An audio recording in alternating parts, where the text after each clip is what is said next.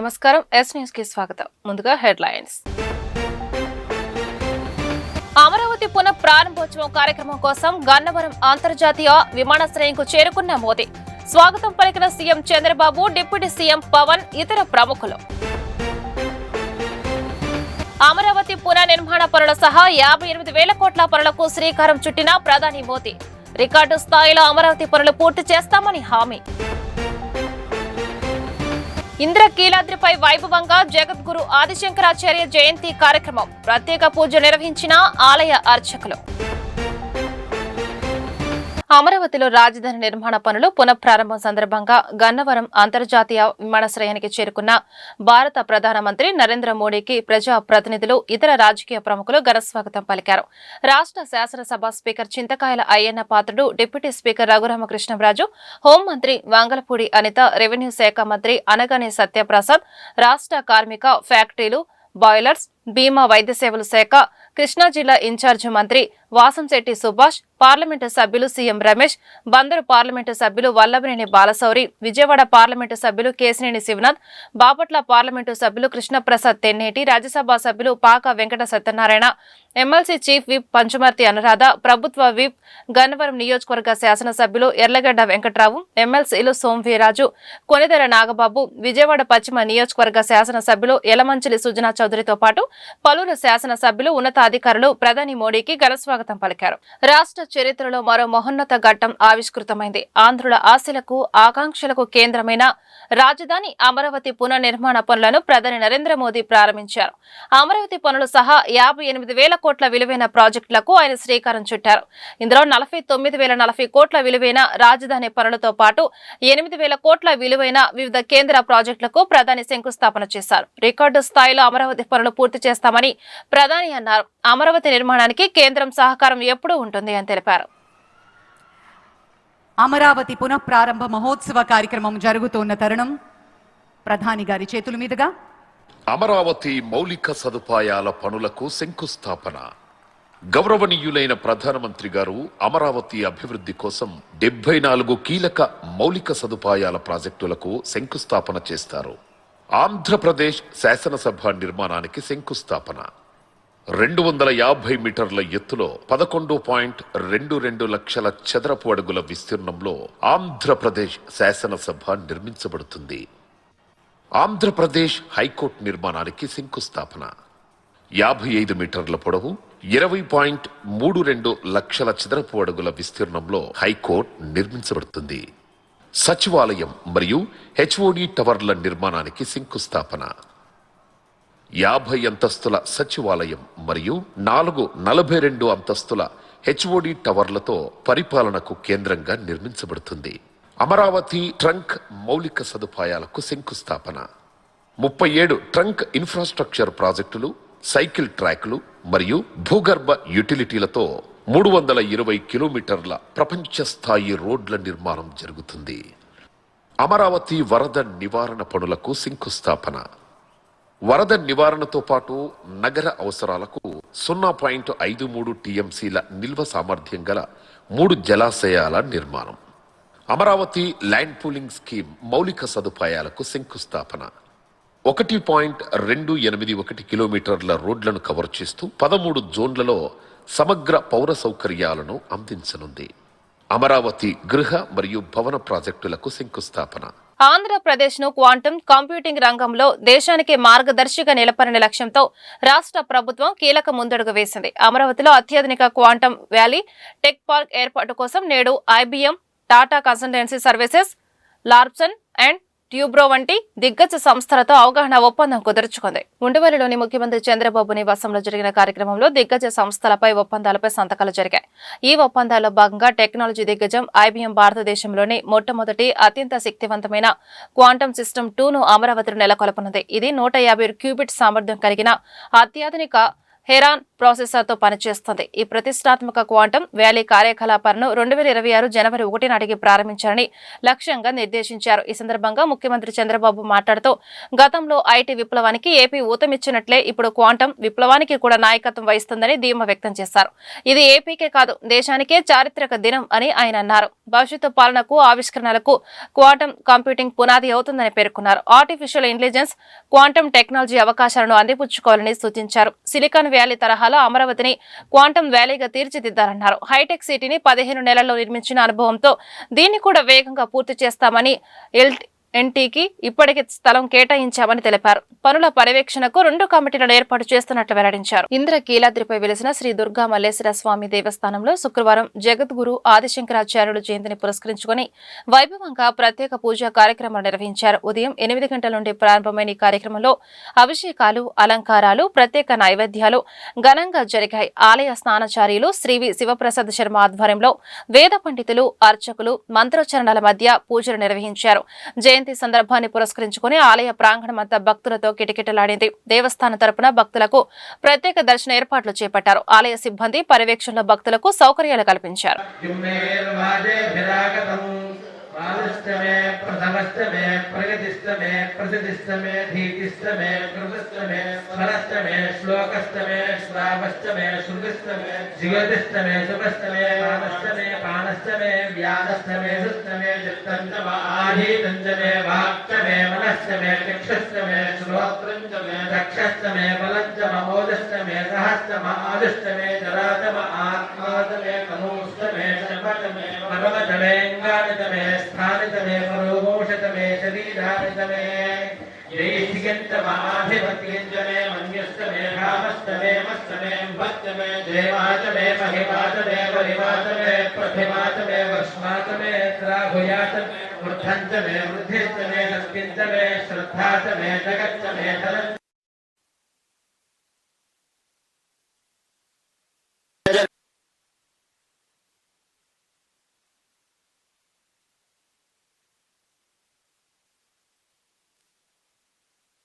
मर्धिष्टमे क्लुप्तञ्जमे सुमतिष्टमे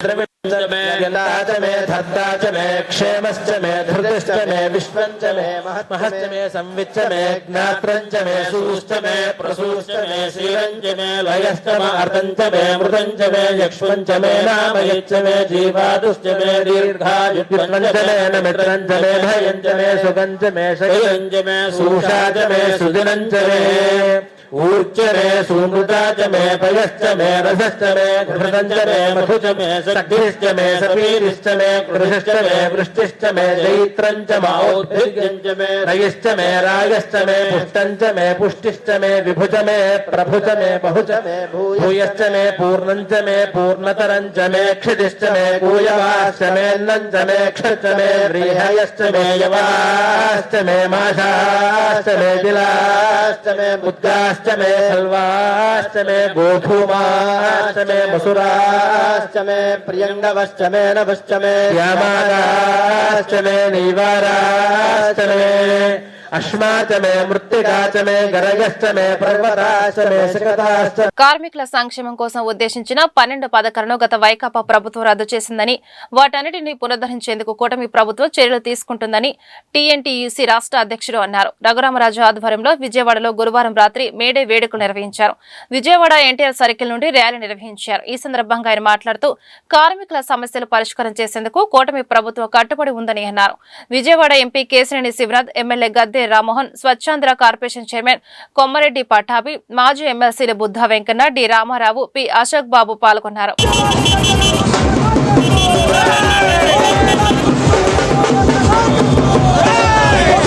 ప్రపంచ కార్మికులందరూ కూడా మేడే శుభాకాంక్షలు తెలియజేస్తా ఉన్నాం. ఈరోజు ఈ రాష్ట్రంలో కార్మికులందరూ కూడా ఒక పెద్ద పండుగలాగా మేడే కార్యక్రమం చేసుకుంటూ ఉన్నారు. గత 5 సంవత్సరాలుగా కార్మికులు నరకయాతన అనుభవించారు. ఇసుకలాగా బిల్డింగ్ వర్క్లు ముందుపడ్డారు. రీజన్ భారాలతో రవాణా కార్మికులు ఇబ్బంది పడ్డారు. ఇలా అన్ని రంగాల కార్మికులు ఇబ్బందులు తొలగిపోయి ఈరోజు ఎన్డీఏ కూటమిన ప్రభుత్వం చంద్రబాబు గారి నాయకత్వం ఏర్పడిన తర్వాత వాళ్ళ కార్మికులు కూడా ఆనందంగా ఉన్నారు. రాబోయేటువంటి రోజుల్లో కార్మికులు ఇంకా మెరుగైనటువంటి సంక్షేమ పథకాలను ఇవ్వడం కోసం తెలుగుదేశం ప్రభుత్వం కృషి చేస్తూ అందరికీ మేడ శుభాకాంక్షలు. నవ్యాంధ్ర అభివృద్ధి టీడీపీ కూటమి ప్రభుత్వం ఆధ్వర్యంలోనే సాధ్యమని 58వ డివిజన్ సీనియర్ నాయకులు టీడీపీ బీసీ విభాగ రాష్ట్ర నాయకులు పిరియా సోమేశ్వరరావు అన్నారు. అమరావతిలో జరగనున్న ప్రధాని నరేంద్ర మోడీ బహిరంగ సభకు సెంట్రల్ నియోజకవర్గ శాసనసభ్యులు బోండా ఉమా మహేశ్వరరావు ఆదేశాలతో డివిజన్ టీడీపీ నాయకత్వం ఆధ్వర్యంలో 58వ డివిజన్ నుంచి ప్రత్యేక బస్సులలో ప్రజలు తరలి వెళ్లారు. డివిజన్లోని మాకిరిని బసవపున్నయ్య స్టేడియం నుంచి బస్సులను జెండా ఊపి పిరియా సోమేశ్వరరావు డివిజన్ టీడీపీ నాయకులు ప్రారంభించారు. ఈ సందర్భంగా సోమేశ్వరరావు మాట్లాడుతూ ఆంధ్రుల కళ అమరావతి రాజధాని నిర్మాణంకు ప్రజలంతా తరలి వెళ్లడం జరుగుతోందన్నారు. అమరావతి రాజధాని నిర్మాణంతో నవ్యాంధ్ర ప్రదేశ్ కు సరికొత్త శోభ చేకూరుతుందని చెప్పారు. ప్రజా రాజధాని అమరావతి పునః నిర్మాణంలో ప్రతి ఒక్కరిని టీడీపీ ప్రభుత్వం భాగస్వాములను చేయడం సంతోషంగా ఉందన్నారు.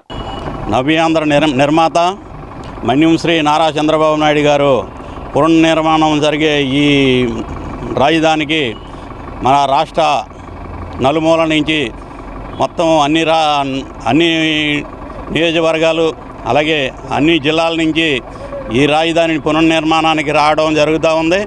మరి మా సెంట్రల్ నియోజకవర్గం బోండమ్మ గారి ఆధ్వర్యంలో 58వ డివిజన్ నుంచి ఈరోజు 3 బస్సులతో బయలుదేరడం జరుగుతుంది. అలాగే మా డివిజన్ నాయకులు కార్యకర్తలు అలాగే అభినందం నందమూరి కుటుంబ సభ్యులు అందరూ కలిపి ఈ రోజున 5 కోట్ల ఆంధ్రాల హక్కు అయిన రాజధాని కలల రాజధాని నిర్మాణం కోసం ఈరోజు ప్రజలు ఉత్సాహంతో బయలుదేరుతూ ఉన్నారు. అలాగే మనం ప్రధానమంత్రి మోడీ గారు 2:30కి మరి ఈ పునర్నిర్మాణానికి రావడం జరుగుతుంది. మరి 3 గంటలకి ఆయన కూడా ఈ నిర్మాణంలో పాల్గొనడం జరుగుతూ ఉంది. మరి పెద్ద వచ్చిన ఈ నిర్మాణం కార్యక్రమానికి జయప్రదం చేస్తూ అన్ని డివిజన్ల నుంచి మరి సెంట్రల్ నియోజకవర్గంలో బోండమ్మ గారు ఆదేశాల మేరకు మొత్తం 21 డివిజన్ నుంచి కూడా ఇలాగే అందరూ ఉత్సాహంతో బయలుదేరడం జరుగుతూ ఉంది. మరి ఈ ఉత్సాహం ఇంకా రెట్టింపుగా అమరావతిలో జరగనున్న ప్రధాని నరేంద్ర మోడీ బహిరంగ సభ నిమిత్తం 60 డివిజన్ వాంబే కాలనీ నుంచి ప్రజలు ప్రత్యేక బస్సులలో స్వచ్ఛందంగా తరలి వెళ్లారు. డివిజన్ కార్పొరేటర్ కంచి దుర్గా నేతృత్వంలో డివిజన్ టీడీపీ నాయకత్వం సారథ్యంలో సుమారు 8 బస్సులలో డివిజన్లోని స్కూల్ సెంటర్ నుంచి ప్రజలు టీడీపీ శ్రేణులు అమరావతి రాజధాని పాట పట్టారు. జై అమరావతి, జై జై అమరావతి అంటూ నినాదాలు చేసుకుంటూ బస్సులలో తరలి వెళ్లారు. ఈ సందర్భంగా తెలుగు యువత సెంట్రల్ అధ్యక్షులు కంచి ధనశేఖర్ మాట్లాడుతూ వైసీపీ ప్రభుత్వం రాష్ట్రాన్ని రాజధాని లేని రాష్ట్రంగా చేసిందన్నారు. కోటకు ప్రభుత్వం అధికారంలోకి వచ్చాక తర్వాత అమరావతి రాజధాని ప్రాంతానికి పూర్వ వైభవం వచ్చిందని, ప్రధాని మంత్రి నరేంద్ర మోడీ రాకతో అమరావతి పునర్నిర్మాణం శరవేగంగా జరుగుతోందన్నారు. సెంట్రల్ ఎమ్మెల్యే బోండా ఉమా ఆదేశాలతో అమరావతిలో జరగనున్న బహిరంగ సభకు డివిజన్ నుంచి పెద్ద సంఖ్యలో ప్రజలు తరలి వెళ్తున్నట్లు చెప్పారు. ఈరోజు వాంబే కాలనీ నుంచి మాకు మన బోండమ్మ గారు 3 బస్సులు అరేంజ్ చేయడం జరిగింది. అమరావతి పునఃప్రారంభం సందర్భంగా అందరూ కూడా కదిలి రావాలని చెప్పి మా ఎమ్మెల్యే బోండమ్మ గారు ఒక సూచన ఇవ్వడం జరిగింది. ఈ సూచన మేరకు వాంబే కాలనీలో ఉన్న ప్రతి మహిళ కూడా ప్రతి యువకుడు కూడా రాజధాని పునఃప్రారంభం అంటే మేము కదిలి వస్తాం అని చెప్పేసి 3 బస్సులు సరిపోక మళ్ళీ మరొక 2 బస్సులని మళ్ళీ మా ఎమ్మెల్యే గారికి ఫోన్ చేసి మళ్ళీ బస్సులు కావాలి సార్ అని చెప్పి స్వచ్ఛందంగా వచ్చే వాళ్ళకి మనం ఏర్పాటు చేయాలని చెప్పి ఉద్దేశంతో మన ఎమ్మెల్యే గారికి ఫోన్ చేసి మళ్ళీ ఇంకో 2 బస్సులు అంటే దాదాపుగా వాంబే కాలనీ నుంచి 5 బస్సులు బయలుదేరడం జరుగుతుంది. పిఎం గారు రాకతో అమరావతి కానివ్వండి అలాగే ఆంధ్ర రాష్ట్రం అంతా కూడా ఒక మంచి వాతావరణాన్ని పండగ వాతావరణాన్ని ఉన్నదని చెప్పేసి తెలియజేస్తున్నాను. ఇదే విధంగా రాజధాని ఎక్కడో జగన్మోహన్ రెడ్డి వైజాగ్ అన్నాడు, లేదా కడప అన్నాడు, లేకపోతే ఇంకో చోట అన్నాడు.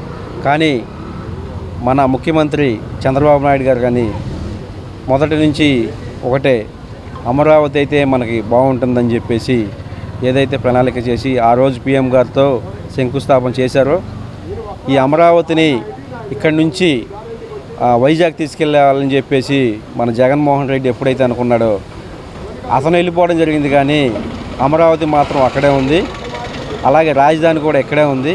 మళ్ళీ ఈ పునఃప్రారంభానికి ఈ రాజధానిని ఇక్కడ త్వరలో 5 సంవత్సరాల్లో పూర్తి చేసి మళ్ళీ ప్రజలందరికీ కూడా అందుబాటులో ఉండే విధంగా ప్రభుత్వ పరిపాలన జరుగుతుందని చెప్పేసి సూచించడం జరిగింది.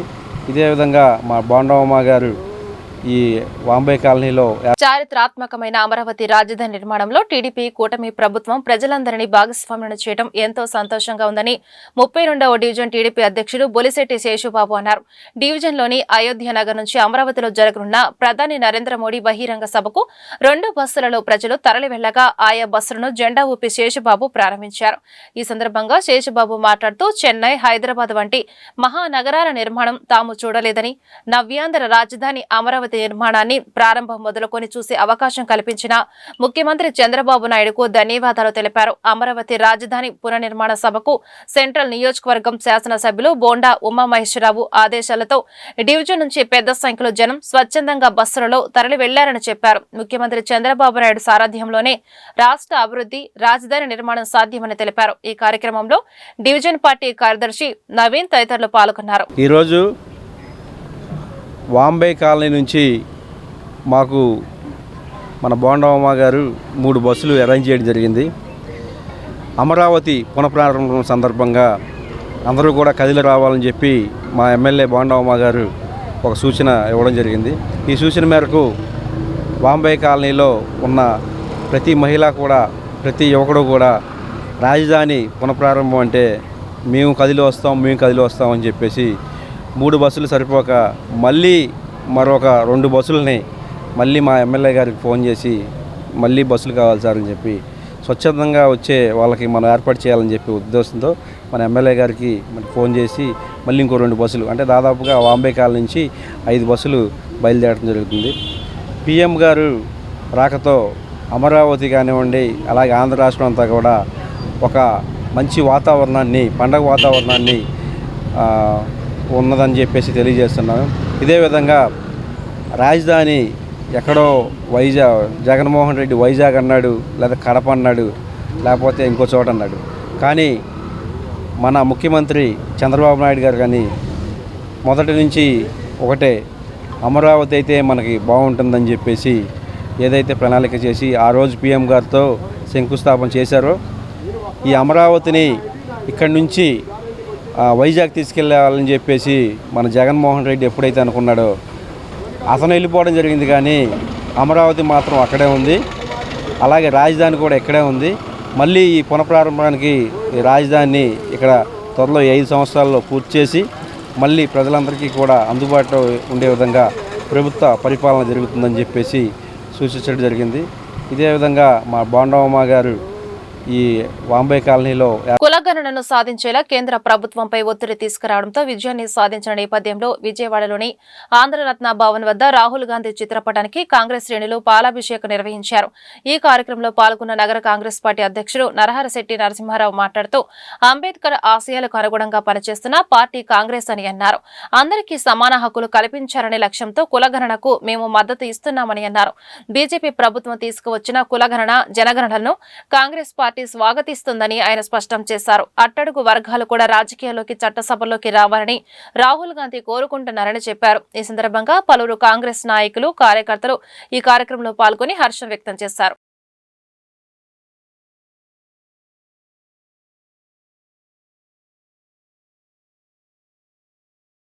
ఈరోజు కాంగ్రెస్ పార్టీ అగ్రనేత, పార్లమెంట్లో ప్రతిపక్ష నేత రాహుల్ గాంధీ గారి యొక్క కఠోరమైన దీక్ష, పట్టుదల, ఆయన ఉన్న ఆత్మవిశ్వాసం ఇవాళ జనగణన అనేటటువంటిది కేంద్ర కేబినెట్ నిర్ణయం తీసుకునే స్థాయికి తీసుకొచ్చినటువంటి మగధీరుడు రాహుల్ గాంధీ గారు. ఇవాళ మల్లికార్జున ఖార్గే గారు చెప్పారు, వాళ్ళు తీసుకున్న నిర్ణయాన్ని కూడా మేము స్వాగతిస్తున్నాం. ఈ దేశంలో కానీ, ఈ దేశంలో ఉన్నటువంటి 29 రాష్ట్రాల్లో కూడా తూచా తప్పకుండా అమలు చేయాలి. దాంతోపాటే కులగణన కూడా చేయాలి. ఎన్నో దశాబ్దాలుగా స్వాతంత్రం వచ్చిన తర్వాత ఎన్నో బలమైన సామాజిక వర్గాలకి వాళ్ళకి కూడా చట్టసభల్లో అడుగుపెట్టే అదృష్టం కలగల. రాహుల్ గాంధీ గారు ఆనాడు భారత జోడో యాత్రలో సాహసోపేతమైన నిర్ణయం తీసుకుని తప్పకుండా ఆ దిశగా పనిచేస్తాను, అట్టడుగు వర్గాలు కూడా చట్టసభలకు వెళ్ళే నిర్ణయం తీసుకునే బాధ్యత నాదన్నాడు ఆయన. అందులో భాగంగా ఇవాళ తెలంగాణ రాష్ట్రంలో దేశానికి రోల్ మోడల్గా దాన్ని తీసుకురావడం జరిగింది. కర్ణాటకలో జరుగుతున్నది, హిమాచల్ ప్రదేశ్లో మొదలుపెట్టాం. ఎక్కడైతే కాంగ్రెస్ రాష్ట్ర ఫలితాలు ఉన్నాయో ఆ రాష్ట్రాల్లో ఇప్పటికే ఈ కార్యక్రమాన్ని ముమ్మరం చేయడం జరిగింది. ఇవాళ దేశానికే రోల్ మోడల్గా తెలంగాణ ప్రభుత్వం తీసుకున్నటువంటి ఆ యొక్క జనగణనని కులగణనని కూడా ఆచరించాలని కాంగ్రెస్ పార్టీ డిమాండ్ చేస్తున్నది. ఈ చేయాలంటే అనాలిసిస్కి 570 కోట్లు చాలవు, ఉత్తరప్రదేశ్కే 5 చాలవు, అంటే కంటి తుడుపు అమౌంట్ అది, అది బడ్జెట్గా చాలదు.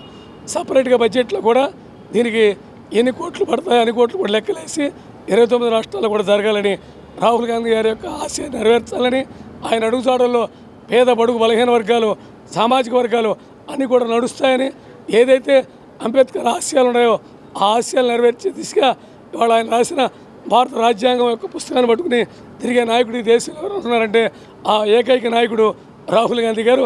ఆయన నాయకత్వంలో మేమందరూ కూడా పనిచేస్తామని, ఆయనకి ఈ నిర్ణయం తీసుకొచ్చేందుకు ఆయనకి శుభాకాంక్షలు తెలుపుతూ, ఆయన నిన్ను నీరేళ్ళు అష్టసరి భోగభాగ్యాలతో ఉండాలని, ఈ దేశాన్ని పాలించాలని, సమాజ వర్గాలకు అన్నిటికీ కూడా న్యాయం జరగాలని, అప్పుడే అంబేద్కర్ రాసిన రాజ్యాంగానికి విలువ దక్కుతుందని కూడా మీ ద్వారా తెలియజేసుకు ఈ కార్యక్రమం నిరంతరం ఈ ప్రభుత్వాన్ని ఎప్పటికప్పుడు అప్రమత్తం చేస్తామని కాంగ్రెస్ పార్టీ కార్యకర్తలుగా మా పని మేము చేస్తాం. అందులో భాగంగానే కూడా రాహుల్ గాంధీ గారికి నరేంద్ర మోడీ గారి 11 సంవత్సరాల పాలన ప్రజా వ్యతిరేక పాలనగా కొనసాగుతుంది. దాంట్లో భాగంగా రైతు చట్టాలకు వ్యతిరేకంగా ఆయన చట్టాలు చేయడం జరిగింది. రాహుల్ గాంధీ గారు ఆనాడే చెప్పారు, రైతు చట్టాలను నువ్వు ఉపసరించుకుంటావు, కులగణన జనగణన జరగాలి, దీన్ని కూడా నువ్వు జరుపుతావని రాహుల్ గాంధీ పార్లమెంటు సాక్షిగా చెప్పడం జరిగింది. అదే నిజం చేశాడు నరేంద్ర మోడీ గారు. ప్రతిపక్ష నాయకుడు ముందు చూపుతో ఈ దేశంలో ప్రజలు పడుతున్నటువంటి కష్టాలని, బాధల్ని ఆయన అధ్యయనం చేసి అనేక ప్రాంతాల్లో పాదయాత్ర ద్వారా తెలుసుకొని నరేంద్ర మోడీ గారికి ఎన్నిసార్లు చెప్పినా వినిపించుకోలేరు. ఈరోజు రాహుల్ గాంధీ గారు ఏదైతే చెప్పాడో అదే బాటలో ఈరోజు నరేంద్ర మోడీ గారు నడుస్తున్నారనే దానికి చట్టసభల్లో ఈరోజు పార్లమెంట్లో దీన్ని చట్టం చేయడం చాలా ఆనందదాయకం. ముందుగా మేము చెప్పేది ఏంటంటే, మా జాతీయ కాంగ్రెస్ అధ్యక్షుడు మల్లికార్జున ఖర్గే గారు కూడా చెప్పారు నిన్న మాట్లాడుతూ, 575 కోట్ల రూపాయలు కులగణన జనగణన చేయటానికి సరిపోదు, దాని వ్యత్యాసం పెంచాలని చెప్పేసి డిమాండ్ చేయడం జరిగింది. మేము కూడా ఈ ఆంధ్రప్రదేశ్ కాంగ్రెస్ కమిటీ తరఫున, విజయవాడ నగర కాంగ్రెస్ పార్టీ తరఫున మేము కూడా కులగణన జనగణన జరగాలంటే నిధులను పెంచాలని చెప్పి డిమాండ్ చేస్తూ, ఈ నిర్ణయం వల్ల దేశంలో ఏ ఏ కులాలు ప్రాతినిధ్యం అత్యధికంగా ఉన్నారో వాళ్ళందరికీ న్యాయం జరిగిద్దని ఈ చట్టసభల్లో తీర్మానం జరగడం కేవలం రాహుల్ గాంధీ. క్రీడల అభివృద్ధికి కూటమి ప్రభుత్వం ప్రాధాన్యం ఇస్తుందని ఎన్టీఆర్ జిల్లా బీజేపీ నాయకులు అడ్డూరి శ్రీరామ్ అన్నారు. ఏపీ తెలంగాణ రెల్లీ క్రికెట్ టోర్నమెంట్ బహుమతుల ప్రధానోత్సవం కార్యక్రమంలో ఆయన ముఖ్య అతిథిగా పాల్గొని కొత్తగూడెం జట్టుకు ప్రథమ బహుమతిని, గుడివాడ జట్టుకు రన్నర్ అప్ బహుమతిని అందజేశారు. క్రీడలు యువతలో శారీరక మానసిక ఉల్లాసాన్ని పెంపొందిస్తాయని, కాబట్టి క్రీడల అభివృద్ధికి కూటమి ప్రభుత్వం అత్యంత ప్రాధాన్యత ఇస్తుందని ఎన్టీఆర్ జిల్లా బీజేపీ అధ్యక్షుడు అడ్డూరి శ్రీరామ్ తెలిపారు. విజయవాడ పంజాబ్ సెంటర్లో గాంధీ బొమ్మ సెంటర్లో గురువారం రాత్రి ఏపీ తెలంగాణ రెల్లీ క్రికెట్ టోర్నమెంట్ బహుమతుల ప్రధానోత్సవం జరిగింది. ఈ టోర్నమెంట్ ను విజయవాడ సహారా క్రికెట్ క్లబ్ ఆధ్వర్యంలో నిర్వహించారు. ఈ కార్యక్రమానికి ముఖ్య అతిథిగా హాజరైన అడ్డూరి శ్రీరామ్ మాట్లాడుతూ, యువతను ఉత్సాహపరిచే కార్యక్రమాలు తరచూ నిర్వహించాలని సూచించారు. రెల్లీ కుల యువత కోసం క్రికెట్ టోర్నమెంట్ ఏర్పాటు చేసిన నిర్వాహకుడు సందీప్ ను ఆయన ప్రత్యేకంగా అభినందించారు. అలాగే క్రీడల ప్రోత్సాహానికి ఎంపీ కేశినేని శ్రీనివాస్, పశ్చిమ ఎమ్మెల్యే సుజనా చౌదరి సహకారం ఎప్పటికీ ఉంటుందని చెప్పారు. భవిష్యత్తులో ఇంకా ఎక్కువ టోర్నమెంట్లు నిర్వహించాలని ఆకాంక్షించారు. ఈ సందర్భంగా విజేత కొత్తగూడెం జట్టుకు, రన్నర్ గుడివాడ జట్టుకు బహుమతులు అందజేశారు. ఈ కార్యక్రమంలో కార్పొరేటర్ హర్షద్, కూటమి నాయకులు మరియు పలువురు స్థానిక నాయకులు పాల్గొన్నారు. మిత్రులందరికీ నమస్కారం. గత 5 రోజులుగా ఆంధ్రప్రదేశ్, తెలంగాణ నుంచి అనేక మంది క్రికెట్ టీంలు ఈ యొక్క ఆంధ్రప్రదేశ్ తెలంగాణ రెల్లీ అసోసియేషన్ ఆధ్వర్యంలోని టోర్నమెంట్ ఏర్పాటు చేయడం, ఈ యొక్క టోర్నమెంట్లో దాదాపుగా 36 టీంలు 2 తెలుగు రాష్ట్రాల నుంచి కూడా పాల్గొనడం చాలా ఆనందదాయకం, అభినందనీయం. దీన్ని బట్టి క్రికెట్ పట్ల యువతకు ఎంత మక్కువ అనేది కూడా మనకు అర్థమవుతూ ఉంది.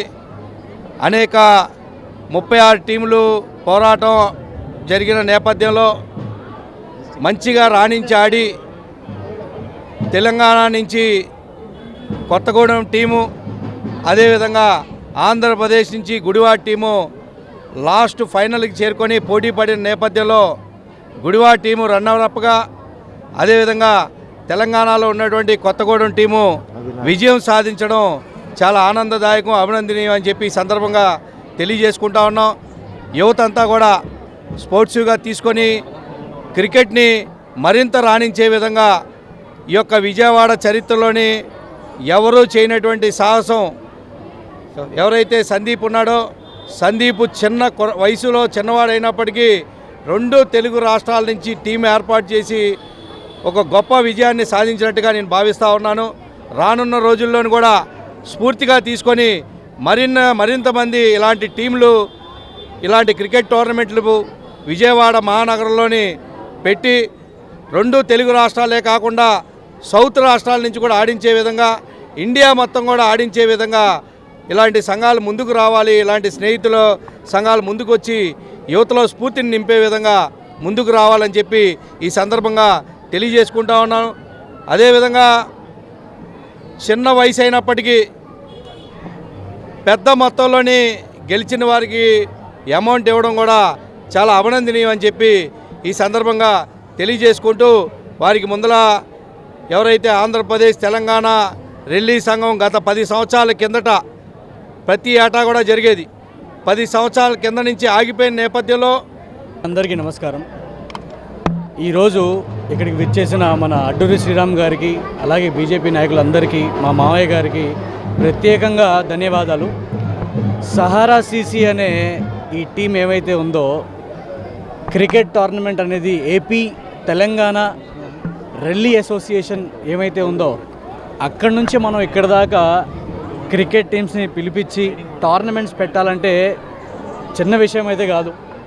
అదే మన విజయవాడ, మన 54 డివిజన్కి సంబంధించి మన సందీప్ అనే అతను ఈ సహారా సీసీ అనేది కూడా చాలా చక్కగా ఆర్గనైజ్ చేసి గత 5 డేస్గా టోర్నమెంట్ స్టార్ట్ అయ్యి, టోర్నమెంట్స్లో విన్నర్స్ రన్నర్స్ అనేవి కామనే. దీన్ని ఎంత చక్కగా వాళ్ళు ఆర్గనైజ్ చేసి ఈ టీమ్స్ అన్నిటి కూడా వాళ్ళకి ఫుడ్ ప్రొవిజన్స్ కానివ్వండి, స్టే కానివ్వండి, ఇవన్నీ కూడా చాలా చక్కగా సహారా టీం అనేది వాళ్ళకి ఆర్గనైజ్ చేసి దగ్గరుండి వాళ్ళని కూడా టీం గెలిచేంత వరకు ఏ టీం అయినా సరే, ఇక్కడ మనకి శ్రీరామన్న చెప్పినట్టు ఎంపైర్స్ కానివ్వండి, టీమ్స్ కానివ్వండి, చాలా అంటే చాలా ప్రొఫెషనల్స్గా ఉన్నారు ప్రతి ఒక్కళ్ళు కూడా. వీటన్నిటికీ మనం సహకరించి అన్నయ్య చెప్పినట్టు రాబోయే కాలంలో స్టేట్స్ వైజ్గా ప్రతి స్టేటు, కేరళ కానివ్వండి, మన తమిళనాడు కానివ్వండి, ప్రతి రాష్ట్రం నుంచి కూడా మనం టోర్నమెంట్స్ కండక్ట్ చేయాలి, స్టేడియంస్లో మనం చేయాలని చెప్పేసి మనస్ఫూర్తిగా నేను కోరుకుంటూ, అలాగే రాబోయే తరానికి నా డివిజన్కి ఎప్పుడు ఏదున్నా సరే నేను. వార్తలు ముగించే ముందు హెడ్లైన్స్ మరొకసారి. అమరావతి పునః ప్రారంభోత్సవం కార్యక్రమం కోసం గన్నవరం అంతర్జాతీయ విమానాశ్రయంకు చేరుకున్న మోదీ. స్వాగతం పలికిన CM Chandrababu, deputy CM Pavan, ఇతర ప్రముఖులు. అమరావతి పునర్నిర్మాణ పనుల సహా 58,000 కోట్ల పనులకు శ్రీకారం చుట్టిన ప్రధాని మోదీ. రికార్డు స్థాయిలో అమరావతి పనులు పూర్తి చేస్తామని హామీ. ఇంద్రకీలాద్రిపై వైభవంగా జగద్గురు ఆదిశంకరాచార్య జయంతి కార్యక్రమం. ప్రత్యేక పూజ నిర్వహించిన ఆలయ అర్చకులు. ఈ వార్తలు ఇంతటితో సమాప్తం. నమస్కారం.